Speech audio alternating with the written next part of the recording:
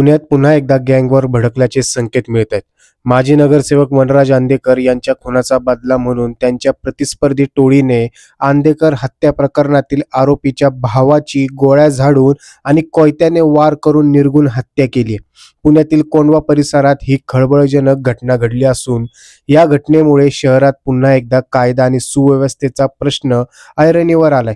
हा खून म्हणजे थेट गँगवॉरची सुरुवात असल्याचा संशय पोलिसांनी व्यक्त केलाय. प्रकरण काय आहे तर सोमनाथ गायकवाड यांच्या टोळीतील निखिल आखाडे याचा जुन्या वादातून आंदेकर टोळीने खून केला होता.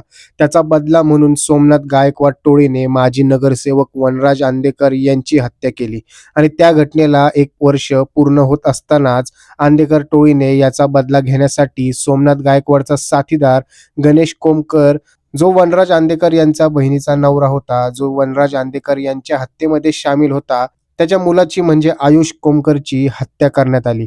आणि आता पुण्यातील कोंढवा परिसरात शनिवारी 1 नोव्हेंबरला दुपारी गणेश काळे या इसमाची हत्या करण्यात आली. गणेश काळे हा गेल्या वर्षी झालेल्या वनराज आंदेकर खून प्रकरणातील आरोपी समीर काळे याचा सक्का भाऊ आहे. गणेश हा आपल्या रिक्षातून जात असताना दुचाकीवरून आलेल्या आरोपींनी त्याच्यावर पिस्तुलातून गोळ्या झाडल्या तसेच कोयत्याने वार केले. या हल्ल्यात गणेश काळे याचा जागीच मृत्यू झालाय. माजी नगरसेवक वनराज आंदेकर यांची हत्या गेल्या वर्षी करण्यात आली होती. सोमनाथ गायकवाड टोळीने गोळ्या झाडून आणि कोयत्याने वार करत त्यांचा खून केला होता. या आंदेकर खून प्रकरणात वापरलेली पिस्तुले आरोपी समीर काळे याने मध्य प्रदेशातून आणली असल्याचे पोलीस तपासात निष्पन्न झाले होते.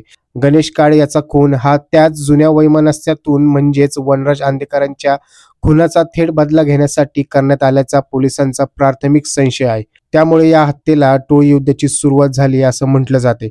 घटनेची माहिती मिळताच कोंढवा पोलिसांनी तातडीने घटनास्थळी धाव घेतली.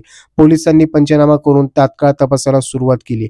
परिसरातील सीसीटीव्ही फुटेज तपासण्याचे काम सुरू करण्यात आले. या गोळीबारानंतर हल्लेखोर अद्याप फरार असून कोंढवा पोलीस पथके त्यांचा कसून शोध घेत आहे. यावर तुमची प्रतिक्रिया काय, आम्हाला कमेंट बॉक्समध्ये नक्की सांगा.